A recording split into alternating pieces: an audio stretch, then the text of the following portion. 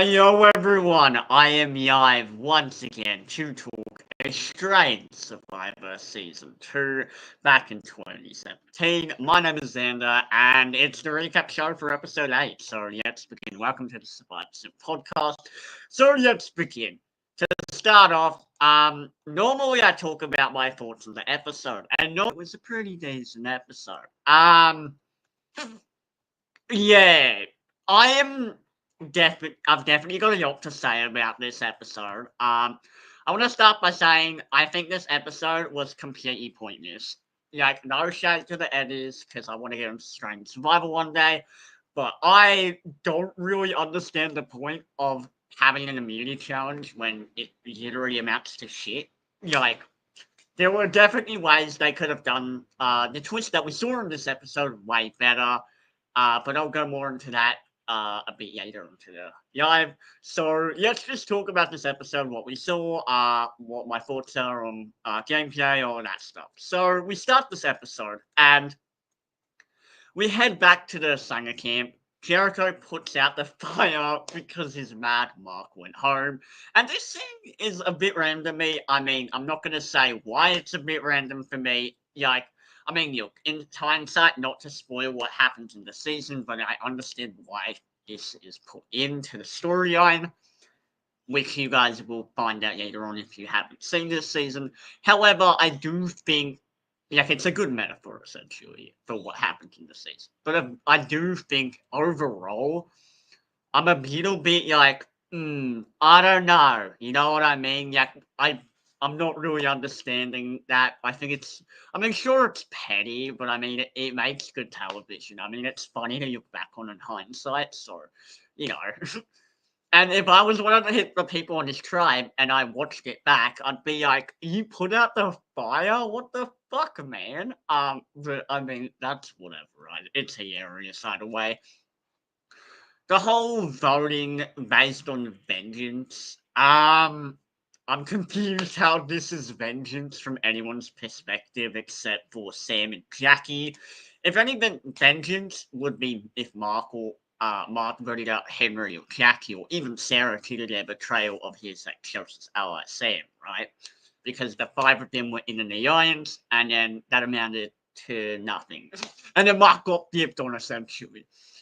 Challenge wise, challenge strength wise, I don't understand why Jericho was pushing for keeping the tribe strong when he's considerably one of the weakest people on this tribe. For someone who's smaller than me, and I'm 5'6" for the record, if anyone's wondering. So I'm a short guy. For someone who's smaller than me to be pushing that, it's kind of it doesn't really make a whole lot of sense to me. I don't think that's a good mindset to have because it only ever hurts the people who are, perceived as weaker. And Jericho is small, so naturally people are going to see him as weaker, or yes, an asset. You know what I mean? Or yes, helpful. Obviously, I don't know what he's doing at camp. I don't know how well he's doing socially or these other things, but that's just something I wanted to note down.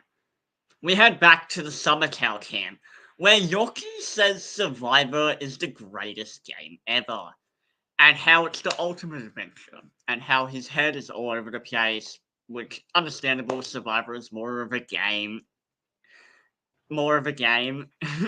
and it's kind of like life in a sense. He talks about being on the bottom and how it's not used to being on the bottom, like in everyday life. And this edit was hilarious because it was trying to give Yoki this emotional content. But I feel absolutely no remorse for Yoki. And sure, that's to the fact that he's not a super fan, and I'm biased towards super fans, obviously. But at the same time, I think there is a bit of like, I don't know. I just think it's kind of weird to frame it in a way. It's like I'm on the bottom, so I'm normally good at stuff in life, which means I'm not on the bottom. When like in everyday life, there are people who are literally struggling out there, who are on the bottom outside of life. But whatever. We're gonna not try to bring too much political views into this, but that's just something I wanted to note down as well. But mainly, I think, yeah, like I don't know. I don't know. I just thought it was interesting. I also thought it was a good metaphor for just real world problems and not to take stuff for granted. Little things like food, water, shelter, so on. Yoki gets a confessional saying AK is calling the shots. Tessa calling some shots, Peter being dragged along, Jared waiting to make a move, and Ziggy is on the bottom of their alliance, which, to be fair, I agree that Peter not sticking with his original alliance of himself, Yoki, Amy, and him probably wasn't the best decision for Peter position wise, but it's too late now, so no going back. He flipped, so at that point, he might as well be 100% in on this new five or this new group or whatever the fuck the goal is. He might as well just be all in at this point because he's already burned bridges. So that, or at least that's my mindset. We continue on, and wow. I don't know. I think, like, I mean, to be fair, this is Yoki's perspective. So, how true is this? Like, from actually being the case? I guess we'll find out. But something to note, Yoki also says why are people following AK over him, which is weird. And my instant reaction to him saying this was like, you're the reason you're on the bottom to begin with, bro. Like, what do you expect? Like, but okay.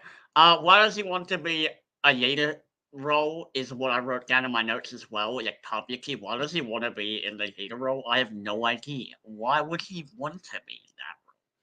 I don't understand. Like, manage your threat level, dude. Last episode, you caught a fucking shark. This episode, you want to lead your tribe to victory. Like, I'm not really understanding what Yoki is trying to do here, but whatever. Yoki says to Ziggy that she needs to fit because she's on the bottom, and to me, if I was Ziggy, once again, like I said last episode, like, last episode's recap, this pick wouldn't work for me as there's a young way to go. I'd need more of a reason than he's afraid. And plus, it's so early on in the game where it's like trust is really the only thing that matters. Or at least in my opinion, that's the only thing that matters and having numbers, but that's just me. Building your army, setting yourself up until you get the majority into merge, and then you can start worrying about how you're gonna win this game. Because it's a long way to go, you know. If you don't have people you can trust, you can't do survival or any of these reality TV shows alone. These games, these strategic games are not designed for you to go solo. Like, that isn't what this is. Like, there's other reality TV shows where you go solo, but this is not one of them. You know, I'm not saying you have to be ride or die with someone, but like, you need trust is everything in Survivor. But anyways, so we continue on, and Siggy gets a confessional talking about how she knows AK is a threat, which, yeah, I mean, he probably is, understandable. But timing is everything in Survivor. And I'm happy she brought this up because from first glance, Ziggy does not appear that strategic. So I'm really happy to see this from Ziggy, especially because this is her own thoughts. This isn't something someone is telling her, this is her own opinion. And for the record, in case anyone doesn't know who Ziggy is Nicolia from at the bottom underneath Amy on the screen, in case anyone just hasn't been tuning in or got confused. Ziggy is Nicola with the hat. Anyways, so we continue on, and yeah, I don't know. I think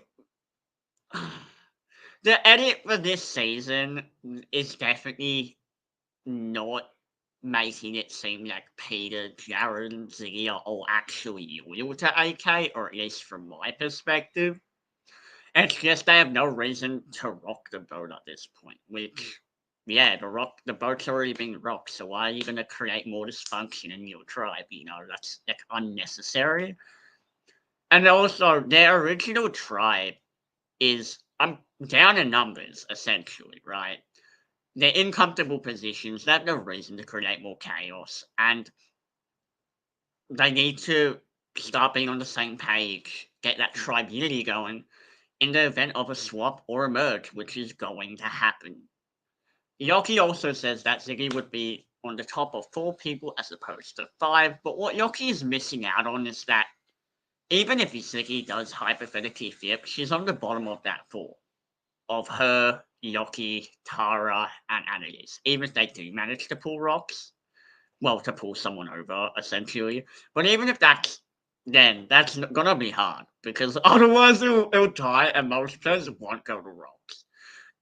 And I could sit here and talk about Tara and Yoki's plan to try and go to rocks, but or to try to get people to flip on AK so they don't go to rocks. But I really, even this, I mean, that plan definitely, we can get into it a bit later, but I definitely think it's not a good plan. I think it's a very bad plan. I would suggest against it almost 99% of the time, but whatever. We continue on. And once again, we go to Asanga camp. Jericho says the same thing as before. He doesn't care about Asanga anymore. He's not Asanga blood. Ben mentions that their tribe has lost their main fit man. And I don't want to sit here and laugh, but you're telling me none of you bothered to learn how to make fire before going on Survivor? If you're not going to learn how to make fire, the least you can do is at least learn while you're out there because you need it to survive. You're telling me when Mark was doing this for fucking 3 hours, you weren't watching? What are you doing, bro? I'm not saying don't have a social game or build your shelter or fish or whatever the fuck you're doing, but like, what are you guys doing? I don't understand what the fuck is doing. But anyways, like after John got voted off, you guys like had a massive growth spurt and started like, powerlifting for all these challenges. So, what are you doing? Like, I don't understand. But okay, it's fine. We're not gonna talk logistics about it. I think, well, Henry responds with "I know" to Ben, and you get to confessional talking about using Mark. And I understand everyone is unsure if it was the right decision to get rid of Mark, but honestly, regardless, they're gonna be fine. They all passed the physical examination test before going out there, so I get they're hungry. But are you really using that much by getting rid of someone like Mark? I think it's debatable, but I lean towards no. We are then shown the reward challenge. Jericho overspeaks, saying he's a bit gutted. Mark is gone. And Red Flag, don't say that. One, you're exposing your original tribe having massive cracks, which is going to make it easier for the opposing tribe to, or rival tribe to break you up. Two, if Mark Henry and Jackie, if I'm Mark Henry and Jackie, sorry guys, if I'm Mark Henry and Jackie, it would show that you voted against them, and therefore you would become the next target. Which, what? You don't want to do that. You're like, your goal is to not become a target. But anyways, this reward challenge I think would work better as an immunity challenge, but whatever. This was just my instant reaction to when I saw it. I like how there's intense music despite literally nobody going home this episode, and it happened twice this episode. First at the reward, and then at the immunity challenge, which spoiler ended amounting to pretty much nothing. Any of these challenges that are based on teamwork should be what the challenges are really about, since they're putting teams for a reason. Not any of these physical challenges could. That's not teamwork. Like, or 99% of the time, it's not teamwork. I also think Jonathan is overspeaking during challenges, exposing or really highlighting people's challenge performances, which could put targets on people's backs, regardless if that's short term or long term. I also have to remind myself that there is an actual music playing during the challenges, and I think a lot of the time we as an audience kind of forget that because we're kind of like, oh, intense blindside, oh, challenges, oh, found out. It's like in real life, you don't hear that. You hear like crunching noises because of like leaves and shit. But that's it. Like, you know what I mean? Like, or like you might hear birds or something, but you're not gonna actually hear music. And I think that's the weirdest thing to get used to if you haven't played an org or a live reality game. So, you know. Um, We continue on. Asana wins reward, and AK says you don't win money for being king, so he doesn't care. Which, exactly, thank you. That's exactly my thought process. Also, it's irrelevant if you win these reward challenges. Sure, they help you, if they can help you win immunity, but immunity is what really counts. It's refreshing to see someone be a true super fan out there and just purely care about the game way more than about fucking challenges or whatever else people think is important out there. I think, or can be. I feel like I don't care what happens in their camp life. I'm not the one. I'm not. There isn't a live feed update for Survivor, so it's not like we can watch them sleeping at night or anything. So, even though I would love to see that for the record, if that ever became a thing, I think that people would love it, and I think people would pay money for it. But anyways, Michelle talks about being clean and not having naughty hair. Sarah talks about body lotion and it all being amazing. Not really relevant to the game, but I mean, I guess they get screen time, or at least that's the show's attempt of giving them screen time, you know. Kate gets a confessional talking about how you felt the need to shave his balls. And I agree. Out there, shaving isn't going to help you. I mean, first off, your balls will be cold after you shave. Like, it's like shaving your hair. Like, you're fucking cold, guys. Second, you're not gonna be nude on Survivor, and if you are nude, they're gonna blur it out. So I'm not really sure why you bothered, but I mean, it was funny that they put that in the episode. Henry and Nick both think they found idol keys, but in reality, they both found sweet. They found tweezers essentially and scissors. So that's for like health to look better, to trim, to shave, to whatever, right? Manscape. Do people say that nowadays? I don't know, but I said it. Anyways, to do that stuff, and I think uh, yeah, I mean, it was intentionally really funny at that moment when they thought they found it something, but they didn't. So that was funny. If these players were crafty though, I would have gotten the scissors from that like tool kit and cut the pouches off because you saw they were like pouched in, and when no one was looking, and then I would have had made a fake idol queue and tried to make a fake idol. And then if I did find the idol, I'd put the real Q in the part, not the part, in the wrapping and, make a little tie or whatever, right? And that's what I would have done, but obviously they didn't, or at least not yet. I mean, maybe they will. Who knows? I'm not going to spoil too much what happens next episodes, but we'll get there. We go back to Summertown. Yoki gets more content. And also, for the record, I just want to say the whole crafting stuff is hypothetical. That's what I would do, but obviously, artists, players have different opinions, perspectives, whatever they feel. We go back to Summertown. Yoki gets more content, which is fine, but I'd have to see some other people as opposed to Yoki just saying the same things over and over again, but I understand it's part of the storyline.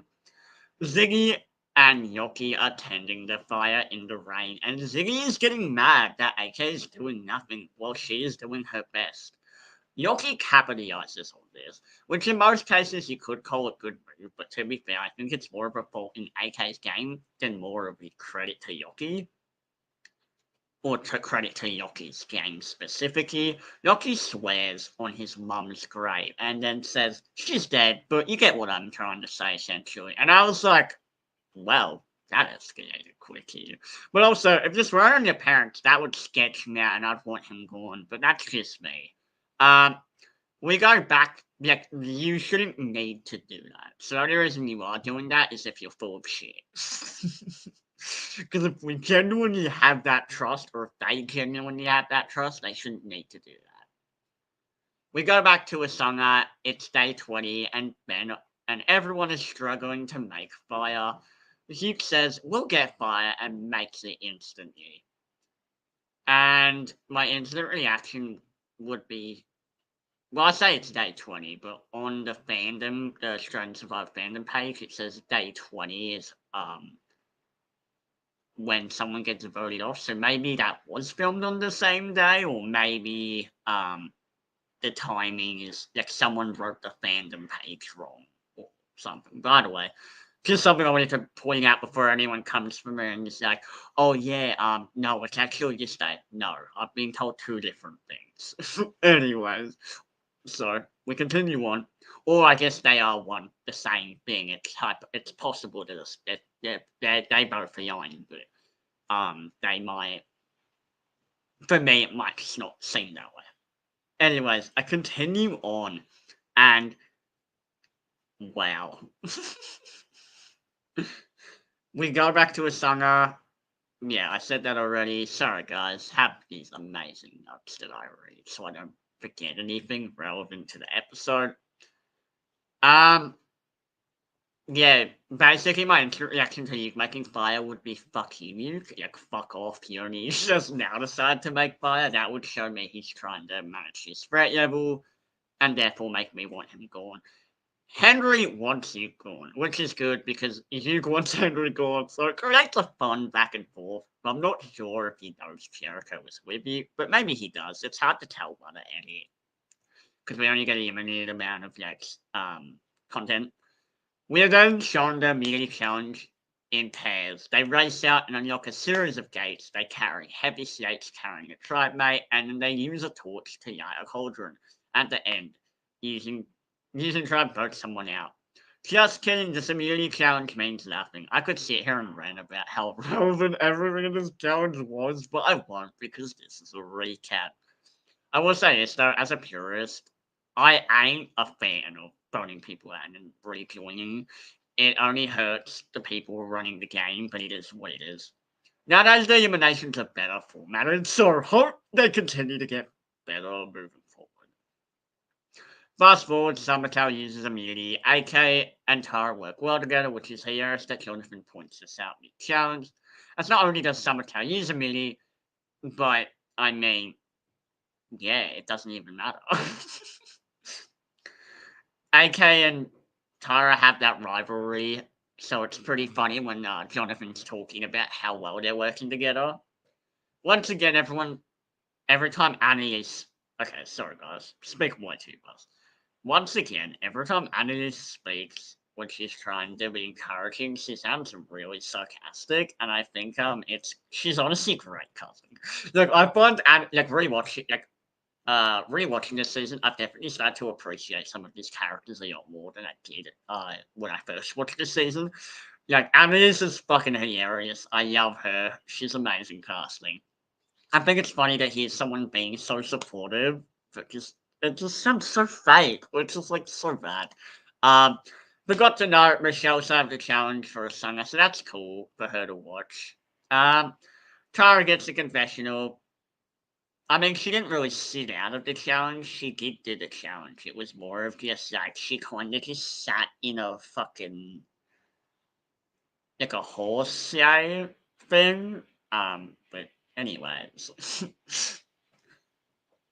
yeah. So we continue on. Tara gets a confessional, talking about being on the bottom. Whoop whoop. She says she won't give up till the flame goes out. But spoilers, she didn't go out. But even though she should have.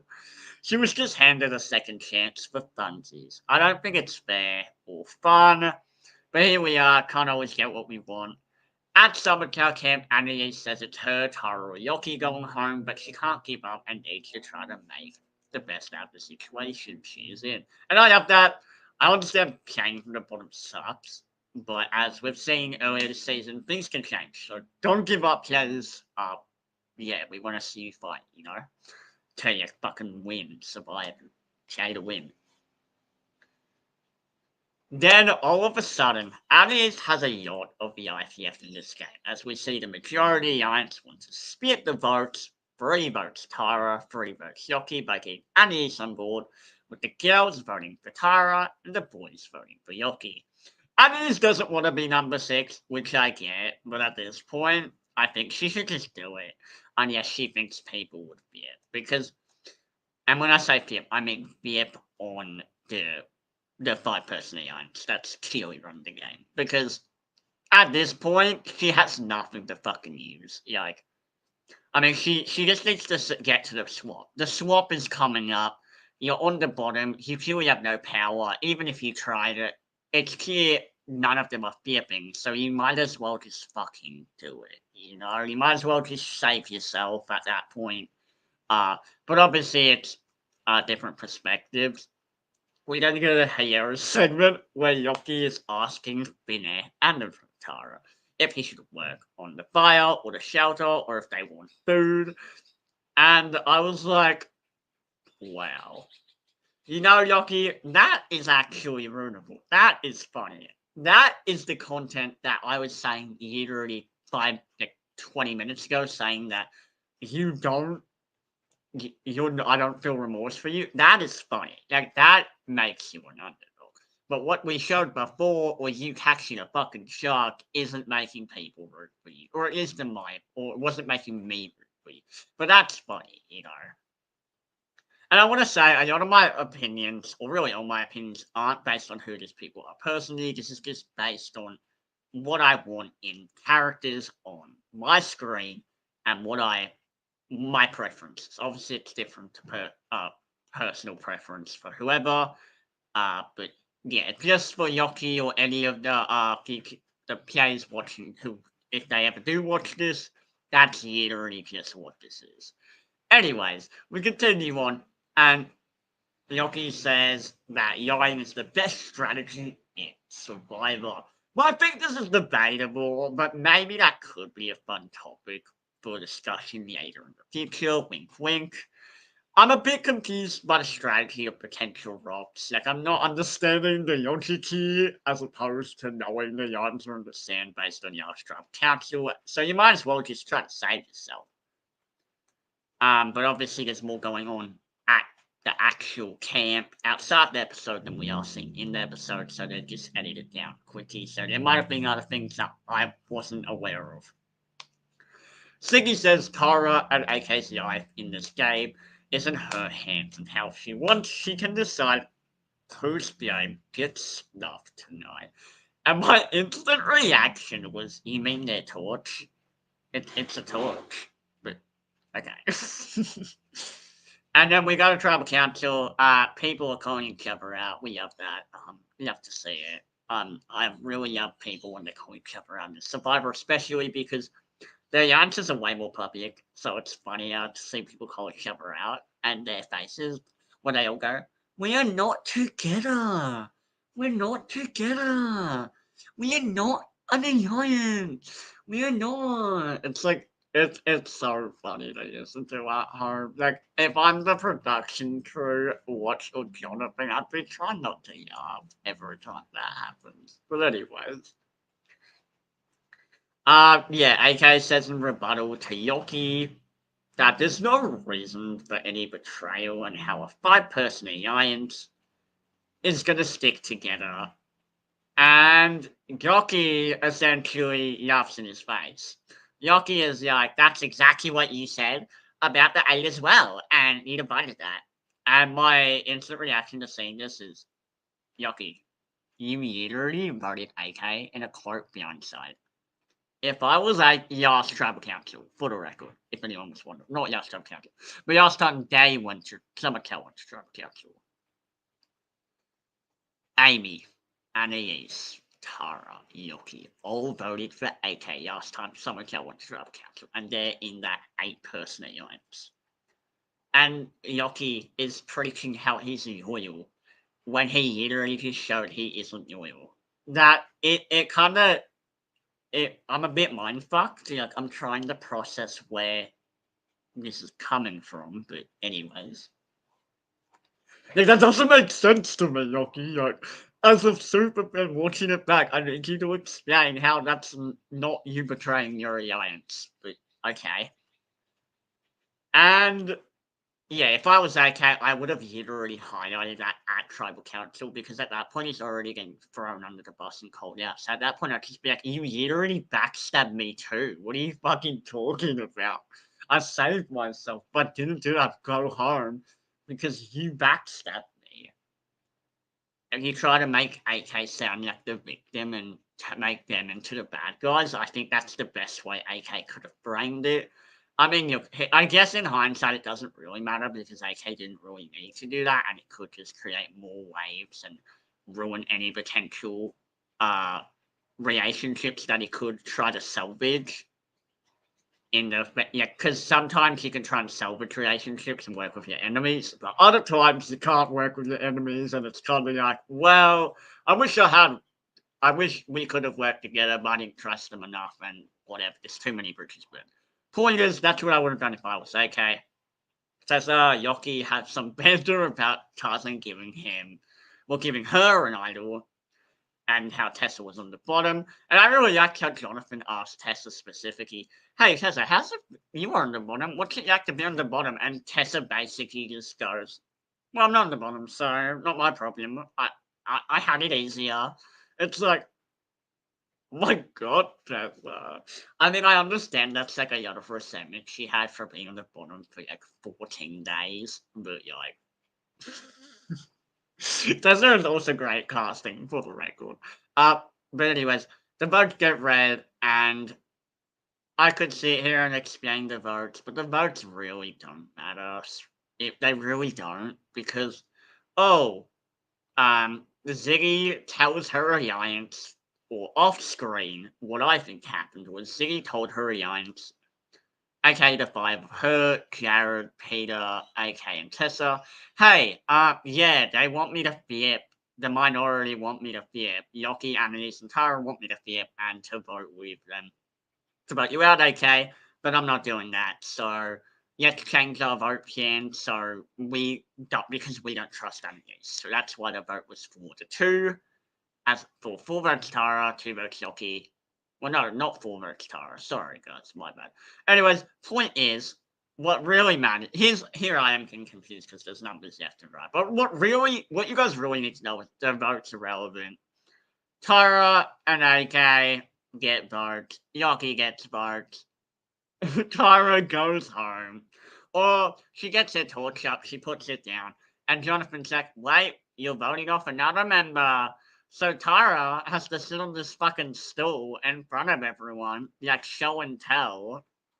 Like, fast forward, we get hilarious voting confessionals from Ziggy, AK, Tessa, being like, sorry, Annalise, I wish you had voted with us tonight.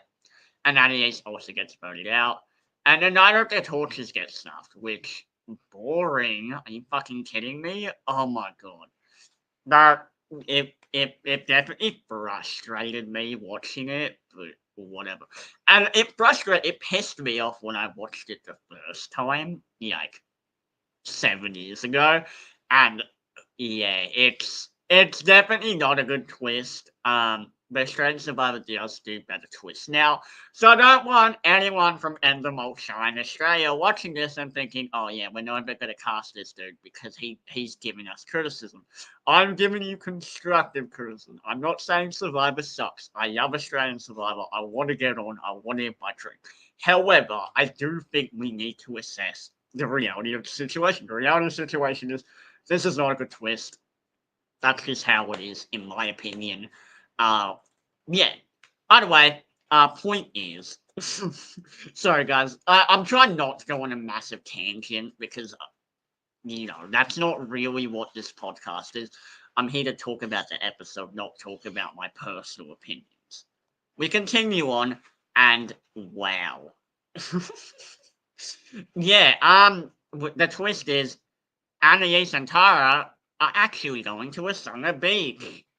And yeah, then the episode ends. And I guess, I mean, it's not really a satisfying conclusion. They're going to exile, and then Annalise and Tara are going to exile, and then afterwards they're going back to a summer. And we see the promo, and the promo is exciting. The problem is, I think okay, I'm not gonna say what I think. You guys will see what happens when we go over the next like 5 episodes, and then you can hear my opinion. Cause what's about to happen, I'm gonna have a lot to say. But thank you all for watching.